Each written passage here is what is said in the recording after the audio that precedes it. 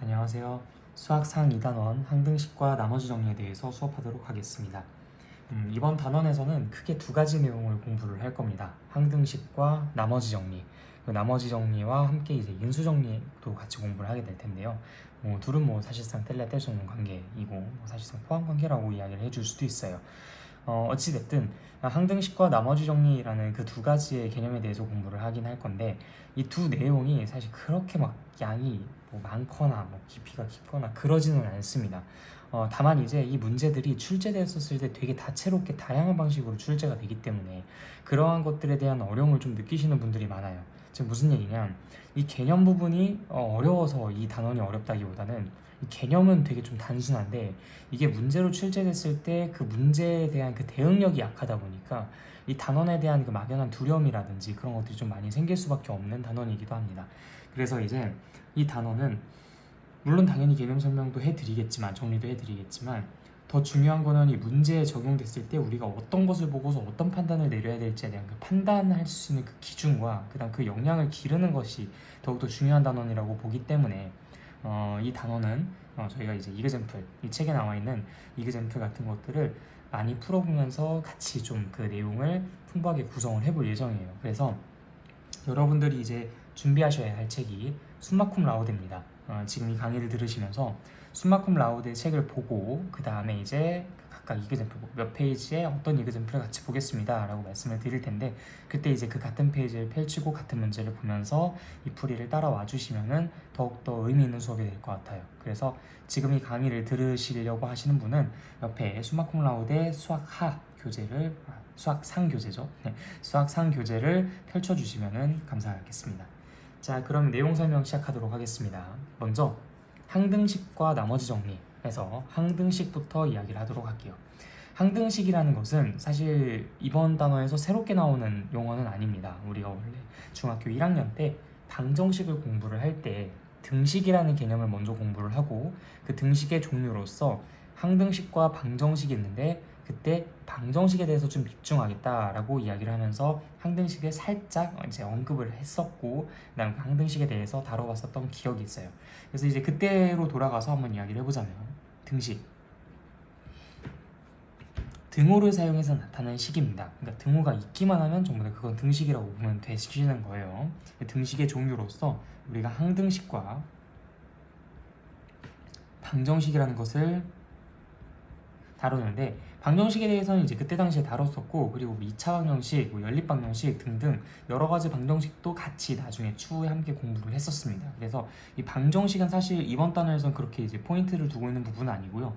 항등식이라는 것에 대해서 포인트를 두고 있는데 항등식의 정의와 그다음 항등식의 성질에 대해서 각각 이야기를 좀 해보려고 합니다. 먼저 항등식의 정의는 어떻게 구성되어 있냐면요. 문자의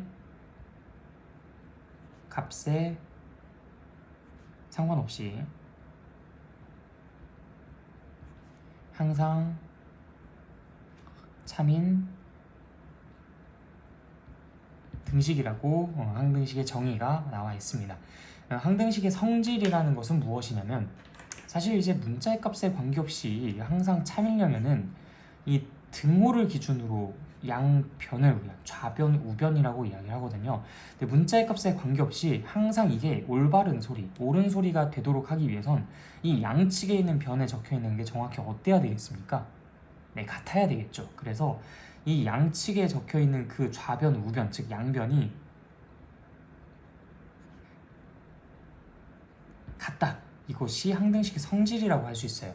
그래서 다시 구분지어서 얘기하자면 문자의 값에 관계없이 항상 참인 등식을 정의라고 이야기를 하고요. 당연히 그러한 항등식은 양변이 같다라는 성질이 있을 수밖에 없죠. 그래서 항등식의 정의와 성질을 이렇게 다음과 같이 직관적으로 이제 유출을 해볼 수가 있겠습니다. 그리고 이 항등식을 공부를 하고 나서 저희가 이제 또 공부를 하는 것이 그렇다면은 우리가 이제 2x 플러스 3이라는 것과 2x 플러스 3이라는 것은 서로 문자의 값에 관계없이 언제나 참인 그러한 등식이다, 즉 한마디로 항등식이다 라고 항등식의 성질을 가지고 그걸 기준으로 삼아서 말을 해볼 수가 있는데 그럼 이런 것들 가지고 이제 문제를 출제를 해볼 수가 있겠죠. 예를 들어서 2x 플러스 3이라는 것과 ax 플러스 b가 서로 같다라는 것이 문자의 값에 관계없이 항상 참이었으면 좋겠다. 즉 모든 실수 x에 대해서 항상 참이었으면 좋겠다. 혹은 다음 식이 항등식이었으면 좋겠다 라고 이야기를 할 때 이 a랑 b가 무엇인지 얘기해 볼 수 있겠습니까? 라고 하는 그 질문이 당연히 나올 수밖에 없을 것 같아요. 자, 다시 한번 말씀드리겠습니다.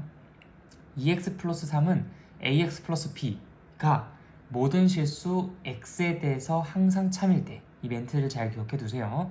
모든 실수 x에 대해서 항상 참일 때, 혹은 문자의 값에 상관없이 항상 참일 때, 혹은 다음 식이 항등식일 때, 이 세 개의 말은 전부 동일한 것을 의미하는 말이에요. 어쨌든 그러한 조건이 들어있을 때 이 a랑 b가 무엇인지 얘기해 볼 수 있겠느냐 하는 질문도 나올 수 있을 것 같아요. 근데 사실 여러분들 이건 너무 간단한 얘기죠. a는 뭐고 b는 뭐겠습니까? a는 2고 b는 3이어야 될 것 같아요. 왜요? 똑같이 생겨야 되니까요. 그래야 문자의 값에 관계없이 언제나 항상 참이 되겠죠.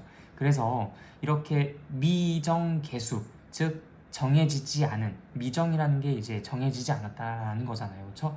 이건 개수를 뜻하는 거고요. 물론 이건 상수항이지만요. 그래서 미정계수를 구하는 방법, 즉 미정계수법이라고 불리우는 것을 우리가 이번 단원에 학습을 하게 됩니다. 그래서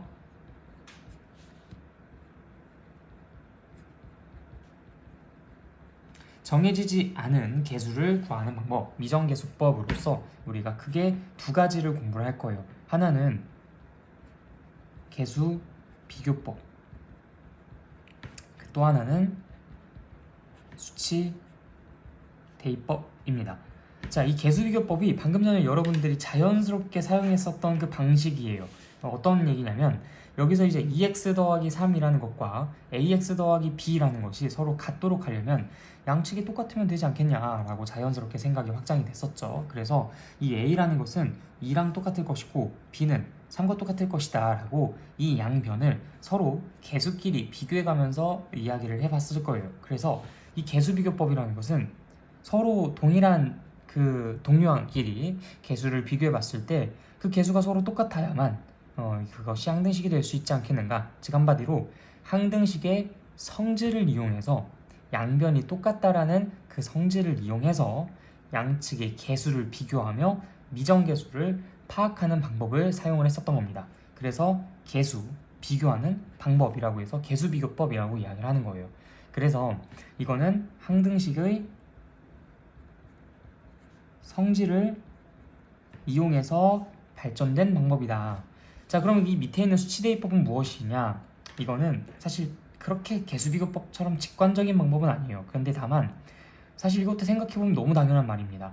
항등식이라는 것은 문자의 값에 상관없이 항상 참인등식을 항등식이라고 이야기한다 했어요. 자, 그렇다면은 당연히 2x 플러스 3은 ax 더하기 b라고 나왔을 때 내가 이 양측에다가 0을 대입하고 양측에다가 1을 대입하고 뭐 2를 대입하고 아니면 뭐 38 아니면 뭐 194 아니면 2분의 13 뭐 이런 것들을 대입을 했을 때도 언제나 참이다라는 것이 성립될 수밖에 없다라는 걸 우리는 알고 있습니다. 그래서 이제 그 항등식의 정의를 이용해서 해결할 수 있는 방법도 있기에 우리가 이제 그런 식으로도 생각해 보려고 하는 거예요. 즉 무슨 얘기야? 2x 플러스 3은 ax 플러스 b가 될 때 이 양측에 같은 숫자를 대입을 해보는 거예요. 근데 가장 만만한 숫자, 대입했을 때 가장 좀 깔끔하게 떨어지는 숫자는 0이죠. 0. 그래서 이제 양변에다가 x 0을 한번 대입해 볼 겁니다. 그러면 얘는 당연히 0이 될 것이고요. 그럼 3이 나오겠죠? 이것도 역시 a랑 0이랑 곱하니까 0이 될 겁니다. 그 다음에 이거는 b가 되겠죠. 오, b는 3이라는 걸 바로 구할 수 있네요. 자, 그 다음에 또 양변에다가 1을 대입해 보도록 하겠습니다. 그러면은 2 더하기 3에서 5가 나올 것이고요. 그 다음 저 오른쪽에는 a 더하기 b라고 해서 다음과 같이 식이 써질 거예요. 근데 여러분들 b는 3이라는 걸 알고 있지 않습니까? 따라서 a는 어떤 값이 될 것이다? 2라는 값이 될 것이다 라는 것을 알 수가 있는 것이겠죠.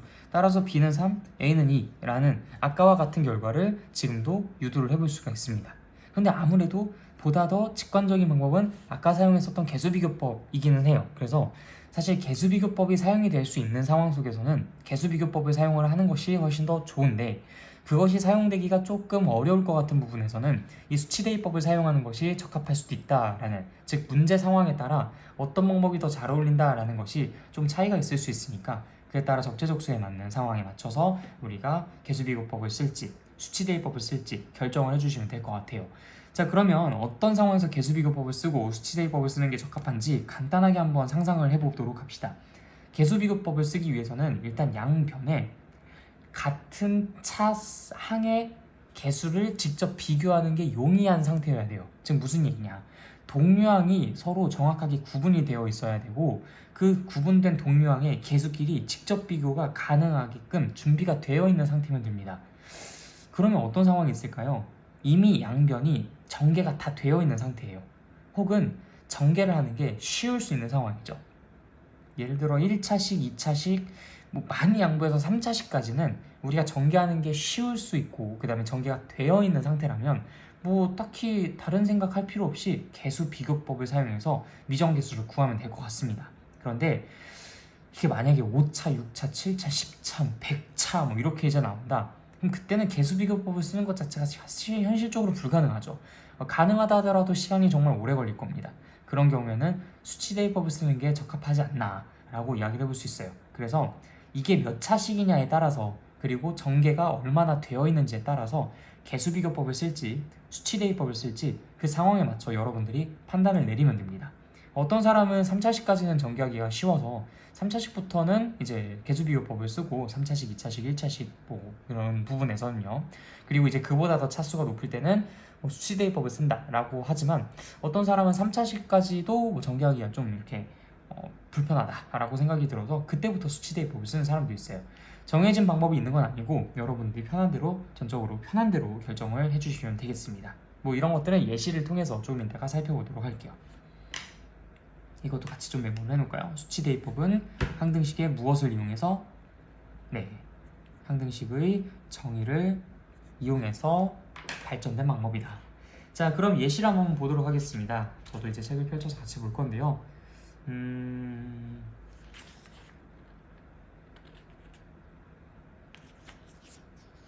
자, 58페이지에 이그젬플 9번을 보도록 하겠습니다.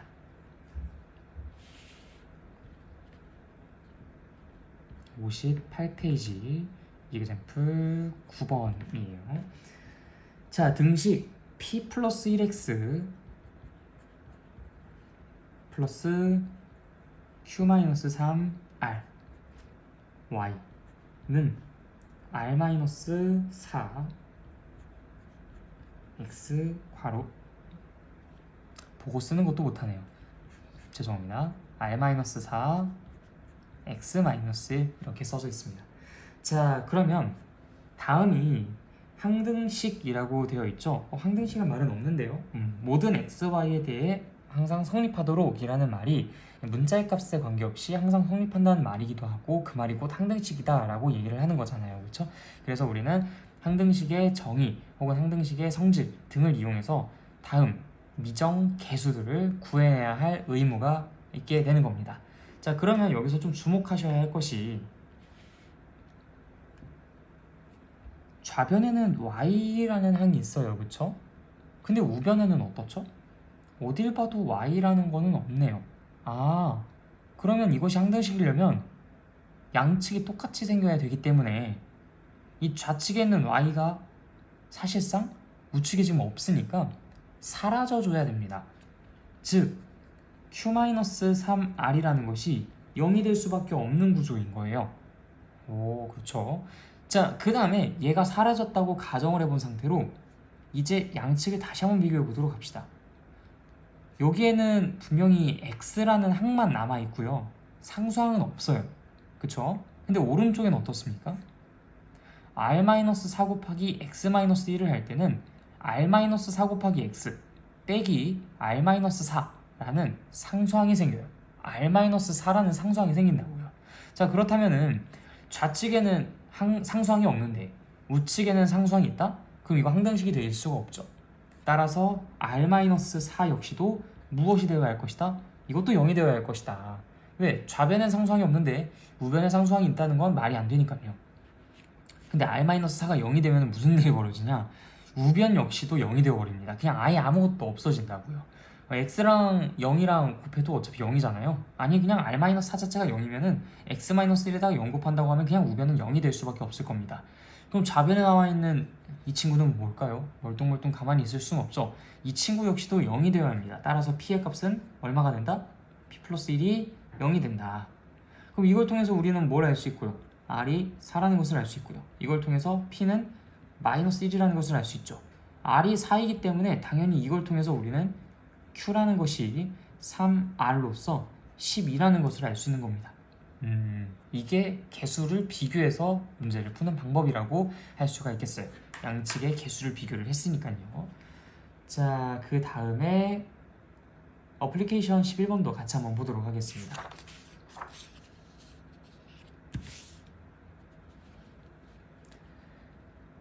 a 곱하기 x-4 더하기 b 곱하기 x-5는 마이너스 x 플러스 2. 자, 이 문제 같은 경우에는 우리가 일단 이 좌변을 전개를 하는 게 좀 편할 것 같아요. a 플러스 b x 마이너스 4a 마이너스 5b는 마이너스 x 플러스 2라고 쓸 수 있죠.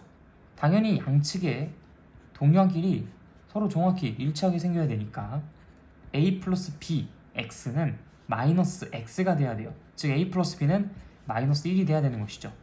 마이너스 4a 마이너스 5b는 마찬가지로 우변의 상수항이 2이기 때문에 2가 되어야 합니다. 그럼 여러분들은 이 연립방정식 하나만 풀어주면 돼요. 중학교 2학년 때 연립방정식을 공부를 하고 올라왔으니까 이 정도쯤은 풀 수 있다 생각하고 멈추도록 하겠습니다. 자, 그런데 여러분들 이거를 꼭 이렇게 계수 비교법을 이용해서만 문제를 풀어야 되느냐? 그건 아닙니다. 다음과 같이 수치 대입법을 이용해서도 풀 수 있어요. 자, 위에 있는 것은 계수끼리 비교를 했죠. 계수 비교를 이용해서 푼 방법이고요. 이 밑에서는 수치 대입을 이용해서 문제를 풀어보도록 할게요. 자, 여러분들 아무거나 대입해도 괜찮습니다. 왜냐? 항등식의 정의 자체가 문자에 어떠한 수를 대입해도 항상 참이다 라고 이야기를 했기 때문에요. 선생님 그럼 진짜 뭐 2분의 7 이런 거 대입해도 됩니까? 네, 가능해요. 뭐 3분의 897 뭐 이런 거 가능합니다. 뭐 5분의 네, 다 가능해요. 다 가능한데 결국 고생은 여러분들이 하는 거니까 이왕이면 간단한 숫자를 대입해 주는 게 좋겠죠. 뭐 예를 들어 0이라든지 1이라든지 뭐 어떤 경우에는 센스 있게 자 보십시오. 여기 지금 x-4, x-5 이렇게 나와 있잖아요. 그래서 어떤 사람들은 4를 대입하거나 5를 대입하거나 이런 식으로 좀 생각을 바꿔보는 경우도 있어요. 뭐 따분하게 0, 1 뭐 이런 것들 곱할 수도 있겠지만 뭐 너무 그런 것들만 하면 재미가 없잖아요. 그래서 양변의 x에다가 4를 대입하면은 얘가 사라집니다. 얘가 아예 사라지고 얘만 남게 돼요. 그래서 이제 b의 값을 보다 더 쉽게 구할 수가 있고요. 그럼 a 값을 쉽게 구하려면 양변에 뭘 대입하면 되겠습니까? 5를 대입하면 돼요. 그래서 이제 얘는 a가 되고 얘는 이제 0이 되면서 여기에서 5를 대입한 그 결과를 또 구해낼 수가 있는 것이겠죠. 그래서 한번 여러 가지 방법으로 수치 대입을 해보도록 할게요. 아까 말씀드렸던 센스 있는 방법을 한번 생각해 보도록 하겠습니다. 양변에 한번 4를 대입해 볼까요? 그러면 어떻게 되냐? 0 더하기 4를 대입했으니까 b 곱하기 마이너스 1이에요. 즉 마이너스 b가 되겠네요. 그 다음 저쪽엔 4를 대입했으니까 마이너스 4 더하기 2 하여 마이너스 2라고 결과가 나올 겁니다. 따라서 b의 값은 2가 되겠죠. 자, 이번엔 5를 대입해 볼까요? 5를 대입해 보면은 a 곱하기 5 빼기 4, 즉 a 곱하기 1이 되니까 얘는 a라고 쓸 수가 있고요. 오른쪽에 있는 건 당연히 x-5가 0일 테니까 0이라고 표현이 가능합니다. 그래서 마이너스 5 더하기 2라고 쓰니 마이너스 3이라고 할 수 있네요. a는 마이너스 3이라는 걸 구해낼 수 있습니다. 자, 이거는 이제 아까 말씀드렸던 4랑 5를 대입해서 a랑 b의 값을 구해내는 방법이고요. 아니면 0과 1을 대입해서 좀 쉬운 숫자를 대입해서 계산하는 방법도 있어요. 자, 0을 한번 대입해 보도록 하겠습니다. 그럼 마이너스 4a 마이너스 5b는 0을 대입하니까 2가 되겠네요. 자, 그 다음 1을 한번 대입해 볼까요? 1을 대입해 보시면은 어떻게 되죠? 마이너스 3a 마이너스 4b는 1을 대입했으니까 마이너스 1 더하기 2 해서 1이 나와요. 이 연립방정식을 풀어줘도 아마 이 위에 있는 결과랑 똑같이 나올 겁니다. 그래서 여러분들 계수비교법을 이용해서 이렇게 풀어도 상관없고요. 수치대입법을 이용해서 뭐 0과 1 같은 숫자를 대입해서 이렇게 풀어도 상관이 없고요. 아니면 난 좀 센스 있게 여기에는 이 괄호를 좀 이렇게 없애주는 방향으로 4랑 5 같은 것들을 대입해서 문제를 풀고 싶다. 이렇게 풀어도 상관없습니다. 여러분들이 그 공부를 하면 할수록 점점 요령이 생길 거예요. 그래서 이렇게 풀든 이렇게 풀든 이렇게 풀든 상관없는데 그 중에 여러분들이 계속 경험을 해보면서 나에겐 이 방법이 더 편하더라, 아니면 보편적으로 이런 방법들이 지금 이러한 상황 속에선 더 적합하더라 라는 것을 계속 노하우로 개발해 주셔야 됩니다. 항상 말씀드리는 거지만 문제는 풀었다고 해서 전부가 아니에요. 어떤 사람은 이렇게 해서 풀 수 있고 어떤 사람은 이렇게 해서 풀 수 있고 어떤 사람은 이렇게 해서 풀 수 있습니다. 그런데 이런 방식으로 문제를 풀던 사람은 전개도 해야 되고 이렇게 비교도 해야 되니까 시간이 뭐 한 2분 정도쯤 걸렸다고 해볼게요. 어떤 사람은 이렇게 수치를 대입을 했는데 0과 1을 대입해서 문제를 풀다가 연립방정식까지도 풀어야 되는 상황에 처하게 되어서 1분이 걸렸다고 합시다. 근데 이 사람은 어떨까요? 한 30초, 20초 만에 이 문제를 풀어낼 수가 있겠죠. 그래서 단순히 풀었다고 해서 전부가 아니라 이렇게 효율적인 방법으로 문제를 풀어야 된다라는 것을 항상 목표로 삼아 주셨으면 좋겠다라는 말씀도 함께 드릴게요. 그래서 쉬운 문제를 쉽게 풀 수 있어요. 어려운 문제를 역시 평이하게 풀 수 있다라는 것을 절대 잊지 마시기 바랍니다. 쉬운 문제에서 애를 먹는 사람은 어려운 문제를 풀 때도 역시 애를 많이 먹을 수밖에 없겠죠. 자, 넘어가도록 하겠습니다. 자, 그 다음에 이제 유명한 문제 하나를 좀 보도록 할게요. 자, 여기에서 이그젬플 10번 보도록 하겠습니다. 59페이지 이그젬플 10번이에요. 자, 1 더하기 3x 마이너스 x제곱이라는 것을 5번 곱한 것이 a0 더하기 a1x 더하기 점점점 더하기 a10 x의 10제곱이라고 써져 있습니다. 자, 이때 1번 문제는 어떻게 남아있냐면요, a0부터 점점점 a10까지 모든 것들을 다 더한 것이 무엇이냐라고 묻고 있어요. 자, 여러분들 요거는 뭐 사실 여러분들이 스스로도 생각을 해낼 수도 있는 부분이긴 해요. 그런데 이제 사실 이런 표현들은 굉장히 많이 나오고 모든 개수들의 합을 구하는 것도 이제 굉장히 심심찮게 많이 등장하는 소재이기 때문에 이런 거 정도쯤은 이번 일 이후로 좀 어느 정도 외워주셨으면 좋겠어요. 그러니까 한마디로 매뉴얼이 좀 있었으면 좋겠다라는 겁니다.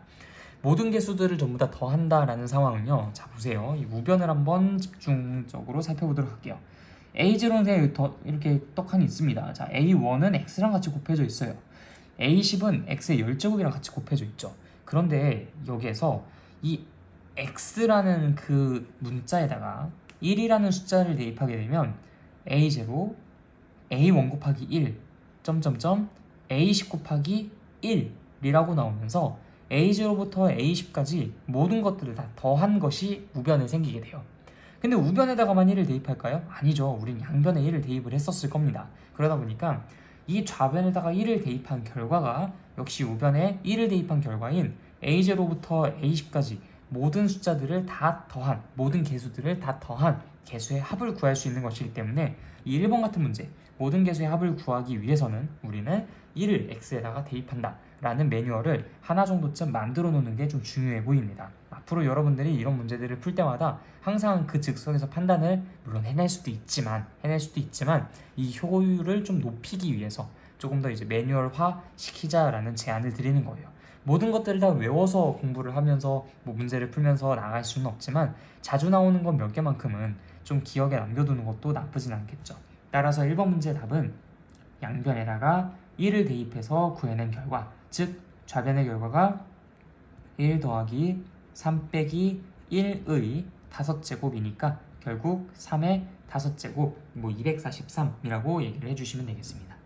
자, 두 번째는 무엇이냐면요, A0 빼기 A1 더하기 A2 빼기 A3 점점점 더하기 A10입니다.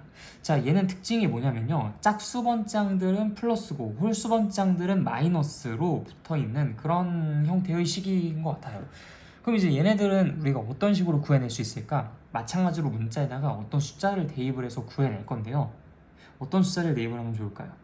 짝수 번째 것은 전부 다 이제 플러스 9를 갖고 있고 홀수 번째 것은 전부 다 이제 마이너스 1이 곱해진 형상으로 다 합쳐져 있는 그런 결과라고 보면 타당할 것 같습니다.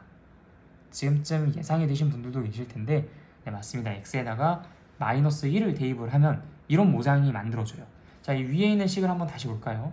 a0 더하기 a1 곱하기 x, 더하기 a2 또 곱하기 x제곱 이런 식으로 만들어지겠죠. 그런데 x에다가 만약에 마이너스 1을 대입한다면 뭐 얘는 그냥 그대로 가만히 있겠고요. 얘가 마이너스 a1이 될 겁니다. 그 다음은 마이너스 1의 제곱이 1이니까 이 플러스 a2가 될 거예요. 자, 이 아이는요, x가 마이너스 1이라고 한다면 마이너스 1의 10제곱, 즉 1이 될 테니 이건 그냥 a10으로 써지겠죠. 그러니까 양변에다가 마이너스 1을 곱해주게 되면 우변이 이런 모양으로 나온다. 그러면 답은 다 나왔죠.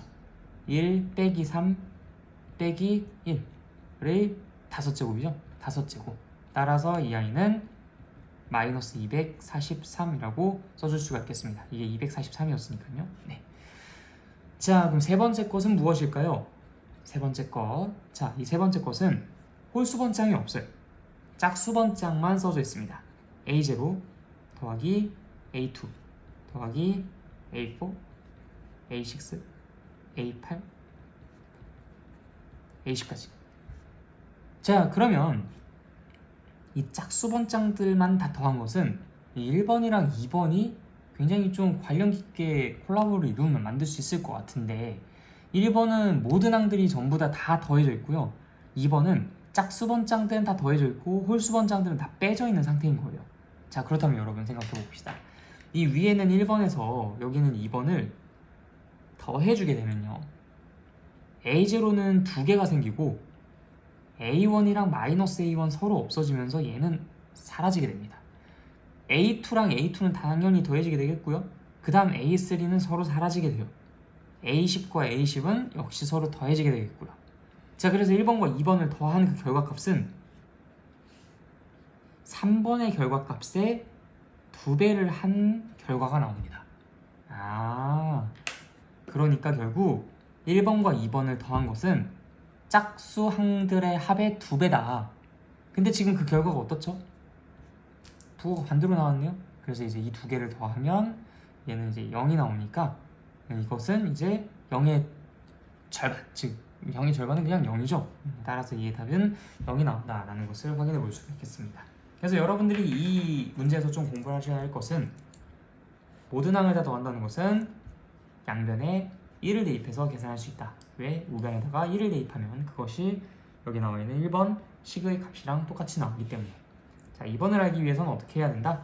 여기에다가 마이너스 1을 대입을 하면 나오는 것이기 때문에 양변에 마이너스 1을 대입을 해서 이 값을 구해내는 것으로 확인해 볼 수 있다. 자, 3번은 조금 이제 머리를 더 써야 했었던 문제였죠. 1번과 2번을 더하게 되면 그것은 3번의 2배가 나오기 때문에 그 값을 이 두 개 콜라보를 이용해서 구해볼 수가 있다 라고 정리해 볼 수 있겠습니다. 네, 그래서 이제 뭐 미정계수법은 이 정도에서 좀 이그젠플 푸는 것도 마무리해 보면 될 것 같아요. 사실 특강 수업에서는 이그젠플 11번이랑 12번을 모두 다 풀었었어요. 그런데 이제 여기선 시간 관계상 너무 늘어질 수 있을 테니까 여기까지만 풀어드릴 거고, 혹시 질문이 있으면 그 뭐 댓글로 남겨주시거나, 아니면 알잖아요, 연락처로 이제 카톡으로 사진 찍어서 보내주시거나, 아니면 정규 수업 때 말씀을 해주시거나, 그러면 상세하게 설명을 해드리도록 하겠습니다. 자, 그 다음에 넘어가서 나머지 정리를 공부해 보도록 하겠습니다.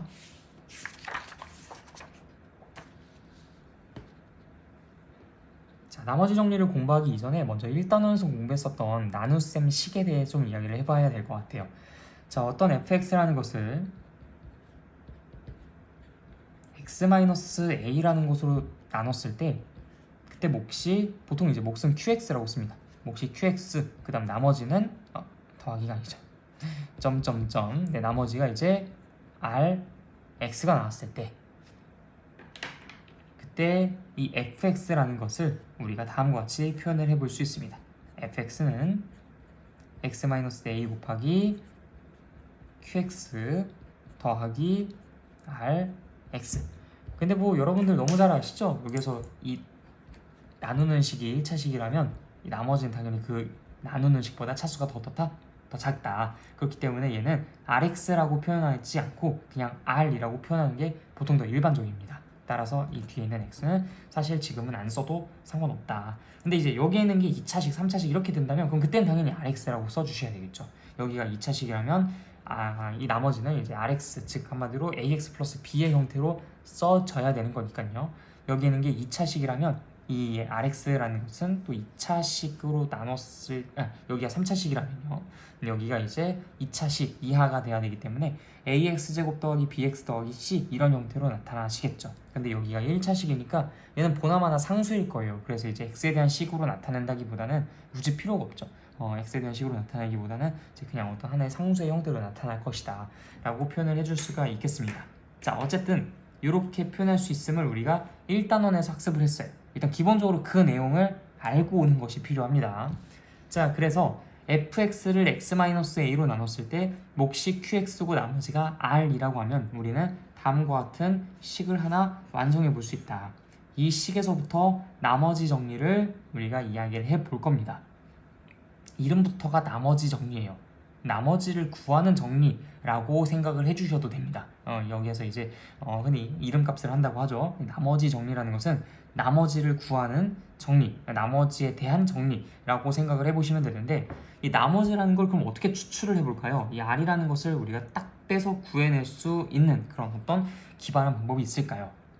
예상해보시는 분도 있으시겠지만 이 양변에 X에 A라는 것을 대입해보게 된다면 우변에 지금 R과 함께 있는 이 I가 X에 A를 대입한 순간 사라지게 됩니다. 그럼 뭐만 남겠어요? 좌변에 F, A만 남고요.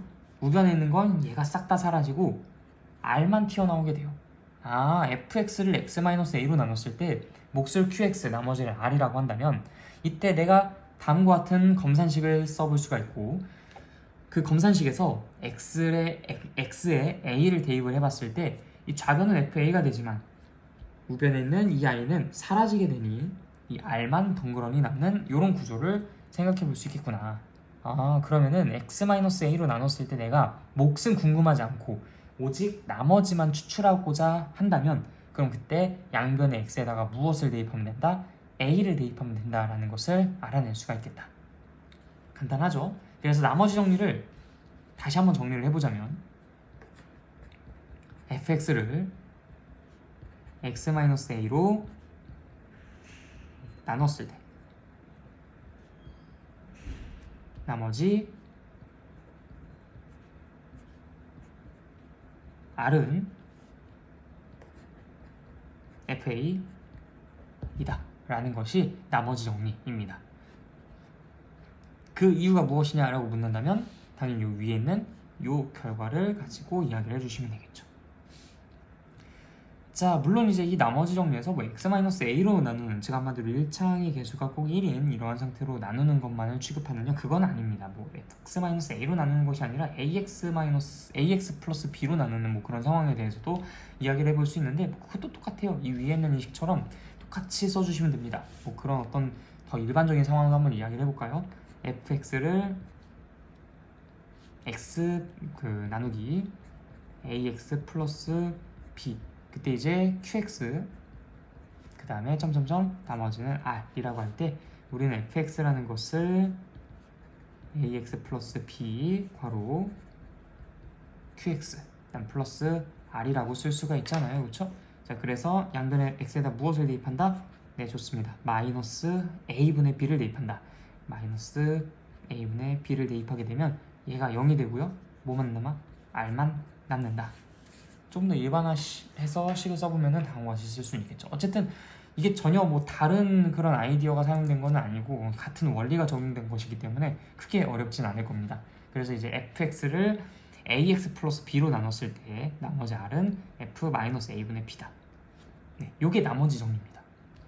자, 그럼 인수 정리는 무엇이냐? 바로 밑에 간단하게 요 칸 안에다가도 정리를 해볼 수 있을 것 같아요. 나머지 정리에서 x-a로 나누는 그 상황에서 좀 이야기를 해볼 건데, 이 나머지 정리에서 나머지가 0이 되는 그 상황이, 그게 이제 인수정리라고 이름이 붙어지는 상황이에요. 자, 그럼 무슨 얘기냐? fx가 x-a로 나누어 떨어질 때, 혹은 x-a로 나누어 떨어진다는 건 x-a 곱하기 무라는 형태로 나타난다는 얘기니까 이 x-a를 인수로 갖고 있다는 얘기이기도 하죠. 그래서 fx가 x-a를 인수로 가질 때, x-a로 나누어 떨어질 때, x-a로 나눴을 때 나머지가 0일 때, 자, 이 세 가지 말이 모두 다 같은 말이에요. 어쨌든 fx가 x-a로 나누어 떨어질 때 나머지 r은 0이잖아요, 그쵸? 그래서 이 나머지였었던 이 fa가 0이다라는 것으로 나타내어진 게 그게 인수정리입니다. 자, 한번 이것도 같이 얘기해 볼까요? fx가 x-a로 나눠 떨어진 상황은 분명히 이런 식으로 써진 상황일 겁니다. 그렇게 되면 양변에다가 a를 대입을 해봤을 때 뭐가 나오겠어요? fa는 0이라는 결과가 나온다는 겁니다. 지금 이 얘기를 하고 있는 거예요. fx가 x-a로 나눠 떨어질 때 이렇게 식이 작성이 되는데, 그렇다면은 나머지는 0일 테니까 fa가 0이다 라고 이야기를 한다. 그래서 별거 없다고 말씀드렸죠. 그쵸? 나머지 정리해서 나머지가 0이 되는 상황을 우리는 인수정리라고 이름을 하나 더 추가로 붙여준다 라고 생각을 해주시면 보다 더 쉽게 좀 더 이제 가볍게 이해를 해보실 것 같아요. 이게 내용이 끝입니다. 정말 이거 말고 내용이 없어요. 이게 나머지 정리고 이게 나머지 정리에서 이제 특별판이라고 할 수 있는 인수 정리가 되겠습니다. 자, 그러면은 이제 이것을 우리가 어떻게 문제로 좀 풀어볼 수 있겠느냐? 자, 66페이지에 이그젬플 13번을 보도록 하겠습니다. 자, fx가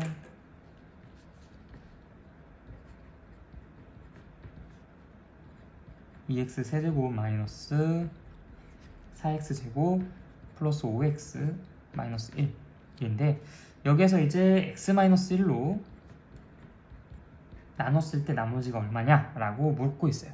자, 그럼 어떻게 한다? fx라는 것이 x-1로 나눴을 때 몫은 뭔가가 있고 나머지가 이렇게 r로 존재할 텐데, 이때 x-1로 나눴으니까 x에다가 1을 대입하면 되겠네요. f1이라는 것이 무엇이다? r이다. 따라서 내가 r을 구하고 싶다면 f1을 구하면 되니까 이 위에다가 1만 대입하면 되죠. 2 빼기 4 더하기 5 빼기 1 해서 그 결과는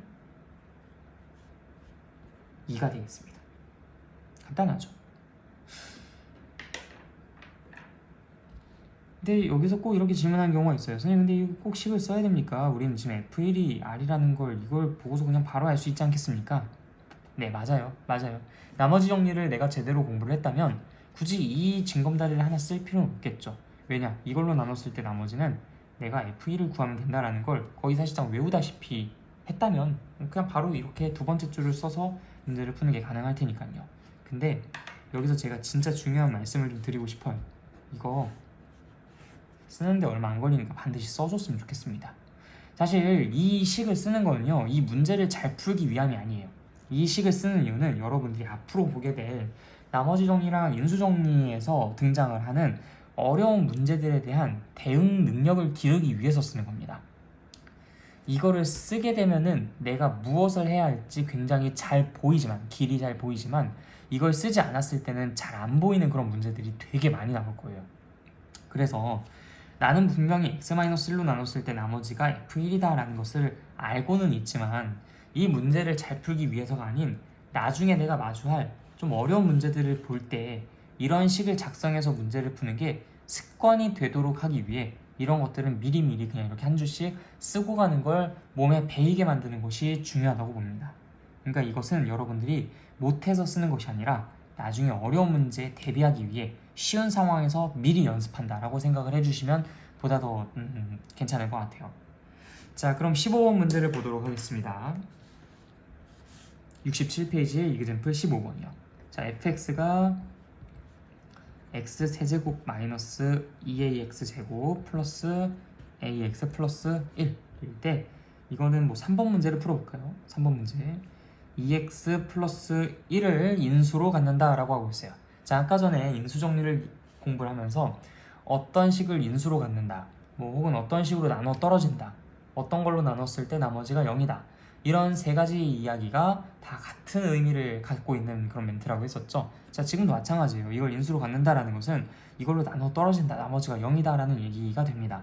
뭐 그래서 f-2분의 1이 0이다 라는 걸 이용해서 a의 값을 구할 수 있겠지만 방금 위에서 했었던 말 기억하시죠? 네, 이 징검다리 하나 쓰고 가도록 하겠습니다. 우리가 부족해서가 아니라 어째서 나중에 나올 어려운 문제를 푸는 대응력을 기르기 위해 미리 연습하는 목적으로.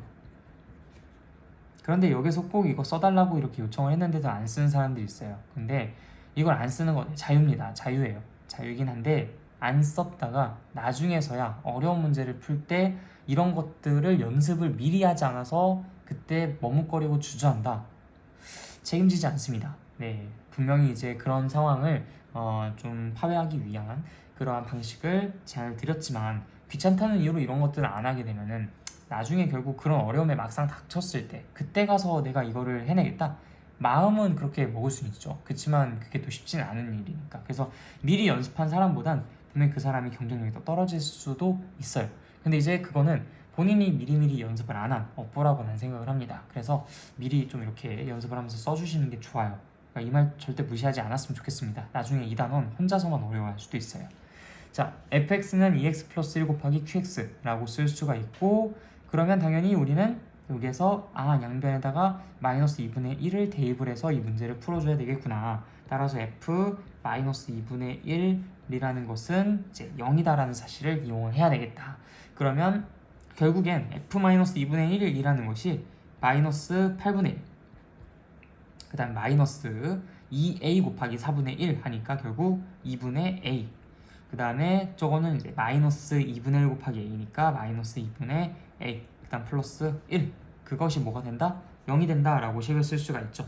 네, 그렇게 해서 이제 이 문제를 풀어주게 되면 뭐 a의 값이 여기 마이너스 a죠. 마이너스 a라는 것이 결국엔 계산을 했을 때 8분의 7, 그래서 마이너스 8분의 7이 되니까 결국 a는 8분의 7이다 라고 계산 마무리해 줄 수가 있겠습니다. 자, 요게 이제 인수정리의 문제예요. 그리고 이것보다 이제 좀 더 어려운 문제, 아까도 말씀드렸듯이 좀 더 변칙적이고 조금 더 이제 딥한 문제들이 많이 나올 건데, 그런 문제들을 잘 대응하기 위해선 반드시 이러한 식 쓰면서 연습하시는 게 매우 중요합니다. 그래서 그렇게 연습을 잘 해주시면은 점점 하나하나 경험할 때마다 여러분들이 풀어낼 수 있는 그런 어떤 문제 풀이 점점 넓어지고 점점 그런 문제들의 난이도가 쉬워질 거예요. 처음 봤을 땐 너무 어려울 겁니다. 왜냐면 낯선 형태의 문제고, 우리가 사실 이렇게 매뉴얼이 잘 잡혀져 있을 때는 모르겠지만 잘 잡혀져 있지 않을 때는 뭘 해야 될지 몰라서 허둥지둥 될 거거든요. 그런데 분명히 이런 매뉴얼을 잘 만들어 놓고 내가 경험을 많이 쌓는다면 그러한 것들은 점점 공부하면 공부할수록 난이도가 낮아질 테니까 크게 걱정하지 말고, 이 2단원 많은 친구들은 정말 어렵다라고 이야기를 해요. 뭐 도대체 뭔 소리 하는지도 모르겠고 뜬구름 잡는 것 같다 라고도 얘기를 많이 합니다. 그렇지만 여러분들은 이런 기초적인 그 개념과 그 다음에 문제들을 잘 공부하고 이 기반을 잘 닦아서 결국엔 어려운 문제도 이것도 크게 다르지 않은데? 라고 생각을 하면서 문제를 풀 수 있도록 했으면 좋겠어요. 그럼 여러분들 연습 많이 잘 해보시고 오늘 수업은 여기서 마치도록 하겠습니다. 수고하셨습니다.